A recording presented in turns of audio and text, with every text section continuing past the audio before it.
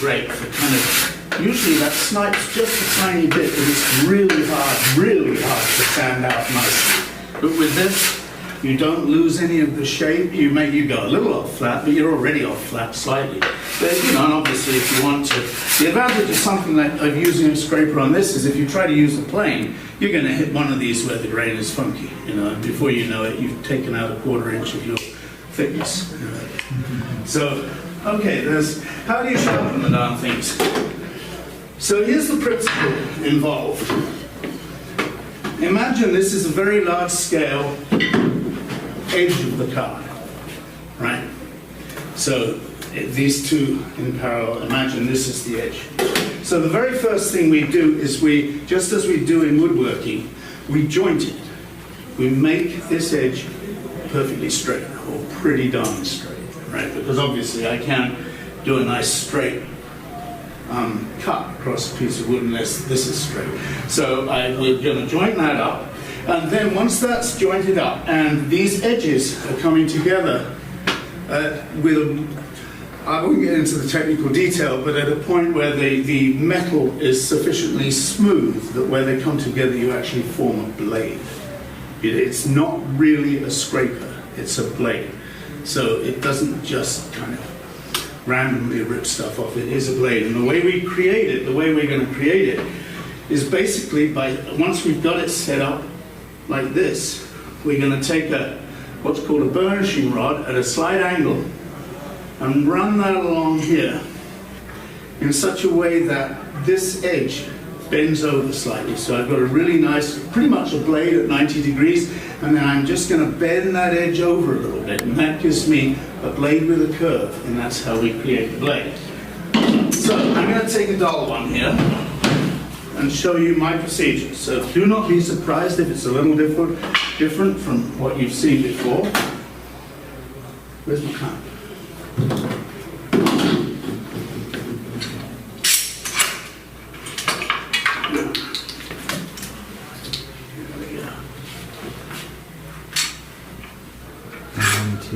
Not only do I always get nervous when I'm just demonstrating, roam around more.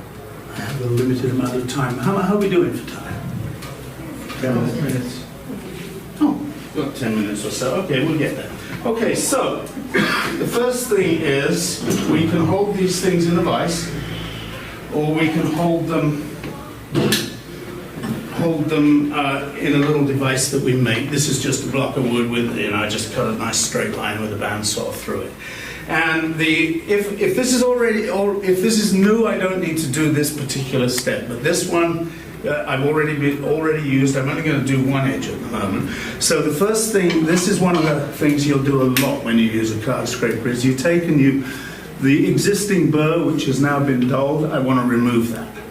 Right, so I'm going to take this, and the key for me using this is a triangular burnishing rod, and I need, I guess I didn't bring oil. I guess I didn't bring it. There's some on the table. Oh, there we go. I always like to have a little oil on it. It helps to ease the way, lubricate the action that's going on here. So the first thing I'm going to do is remove the existing burr.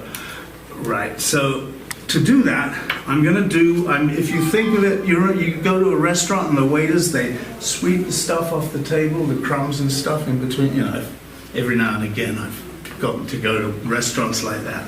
And anyway, so sweeping the crumbs off the table is the action you want. You put it on the side of a nice flat surface, and I place it flat and then bring it up until I can feel there's a little flat surface on the edge of this triangle, and then when I can feel that engaging with the steel, I know it's just flattening that out. I can always feel whether I've got rid of the burr with my thumb by going over the edge there. Flip it over, and I can still feel that burr there.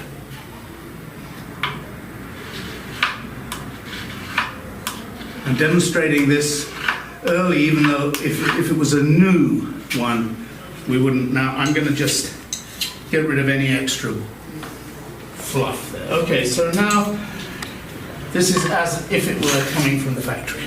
So the very first thing I'm going to do is joint it. So this I need to go towards it and be able to have this stopped. So I'm going to use a file. You don't have to be too picky. It doesn't. You don't want a really coarse one, but you just want. I think this is called a mill bastard file. It's not a particularly good one even, but this is not the super hardest metal. So what I'm going to do initially is use my file like this. So I need things to be at 90 degrees. So I start off with this across because it's easier for me to hit the 90, and then as time goes on, and I'm not doing too many strokes, I'm going to run the file all the way along like that. So it's as straight as the file is. Okay. So now I've got a burr on there. I've got an edge. It's kind of a dull edge. I don't know if you can see. My eyesight wouldn't be good enough to see that, but it's got a clean but dull edge. So the next thing I'm going to do is, that's just a file, so that's pretty coarse. I'm going to use a 1000 grit diamond plate here. Okay, that's my edge. And I'm going to do pretty much the same thing, but this is really, really flat. I could put this on here. I trust myself. I've kind of taught my muscle memory. So I'm just going to bring this back and forth a little bit. I can see this is a 1300 diamond plate. At the moment, I'm just using the 1000 grit side. You can see the steel coming off here. It's black. So I look at that and I look for the change in texture in the way it looks all the way along. And by the way, be careful because we're already getting into the possibility of slicing our fingers. So just be ever so careful when you're looking at it. Now, many people will stop at this point, right? I will at this point take my edges and just kind of clean them up a little bit. I will, when I've got a new one, I haven't got time to demonstrate it, but I will take, you see the way I'm cleaning these edges? I'll take this and I'll polish this as much as I possibly can, because just like polishing the back of a chisel, I got to do it one time, and then every time I resharpen this, I've still got a nice polished blade that will give me a nice even blade at the edge there, nice polished face there. So what I will do is I can stop at 1000, which for much work is worth doing, but I can also continue with a water stone, or indeed a ceramic stone, or if you can find a diamond stone that's 4000 and 8000, they do exist. And this is a Sharpening water stone. And this is the 4000 grit, so if you were sharpening your chisel, this would be the first point at which you'd see any kind of a polish on your woodwork. So if you really want a fine finish on that, I need something to just clean off. Do I have anything? Here we go, we'll use some mats. Have we got anything to... I must make sure you go. Yes, I know. We're getting close. Thank you. Okay, so I'm now at 4000 grit. Again, because this is already prepared, I might just do a little touch-up work there. All right, so I put that aside. Okay, so now what I've achieved on my blade, and this is critical, without this, might as well just, give up and go and have a beer. What I've achieved is, here we go, that's the one I'm playing before we came here. There's a nice clean surface there with these clean edges. And so now I'm going to roll those edges over. Okay, so just to demonstrate, this is clean. I'm not getting much stuff off there.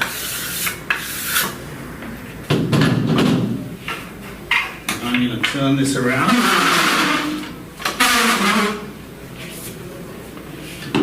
Now, with the finer, if I'm, say, cleaning the back of an instrument or something like that, and it's a very thin piece of wood, and I've got, I'm just trying to get some very fine stuff off, I might take a much thinner card scraper and use a round instead of the triangular burnisher to get a slightly smaller edge but a finer edge. But again, I'd probably take it up to 8,000 or 10,000 in terms of my Waterstone before I did that to get a really, really sharp blade.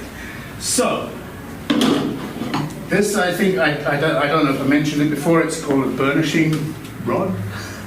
And they do come commonly in round, triangular, and an oval shape. For me, I just recently discovered this. I'm sure this is old news to experienced woodworkers, but I just discovered that this, I got this as part of a bunch of used carving tools I bought years ago. Some of the triangular burnishing rods don't have this little face on the tip of the triangle. They just have a sharp edge. They don't seem to work very well for what I'm going to do now. So what I'm going to do now is I can run this along here. Don't need much effort. But if I start bringing it up so that I just can feel that little bit of steel working there, I can just feel a little bit of roughness there. Okay, that was, I did two, one for good measure.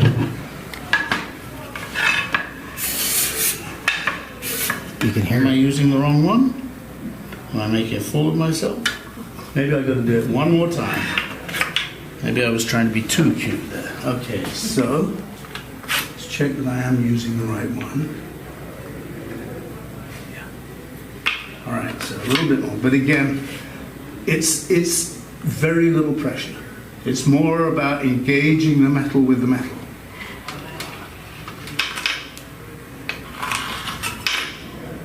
All right, that should give me a nice edge.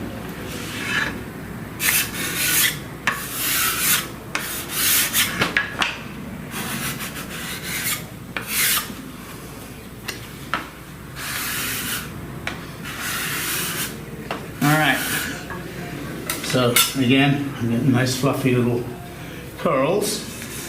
When you get to sawdust, that's the time to resharpen. And essentially the resharpen, you can usually resharpen this several times. I won't tell you how many because I think it's just, will be done in about 2 minutes. Yeah. But basically to resharpen, you do that crumbs off the table thing, and you can see your burr coming up bright on the edge there. So you can actually see it, and you can see it all the way along, and you can feel it. By the way, again, I just want to mention, once you put that edge on there, you've got this tiny sharp blade, you cannot see that blade, so be awful careful. I got 3 cuts this morning, just messing around with them. So, but that's pretty much it. That's all doing the card scraper is. You do it on both sides, clean the edge, just make sure you've got a reasonably clean edge, and then do it again and run that a few times. It always pays to have several of these cards. You can buy sets, you can buy individual ones. I would counsel, unless you really need to do things like curved surfaces, I would suggest that you just buy them as you need them, and that probably 2 or 3 of these guys would be more useful, because you can have one for fine work, set up for fine work. You can have one for removing epoxy and glue and all that stuff. But it's just a great tool. Doesn't cost a lot of money, and it doesn't really take a lot of maintenance to keep in good shape. And if you buy that barcode, for some reason, that particular brand, the steel keeps a blade, keeps an edge much better than many other brands. So, any questions? You have 1 minute and 30 seconds for questions. Hang on.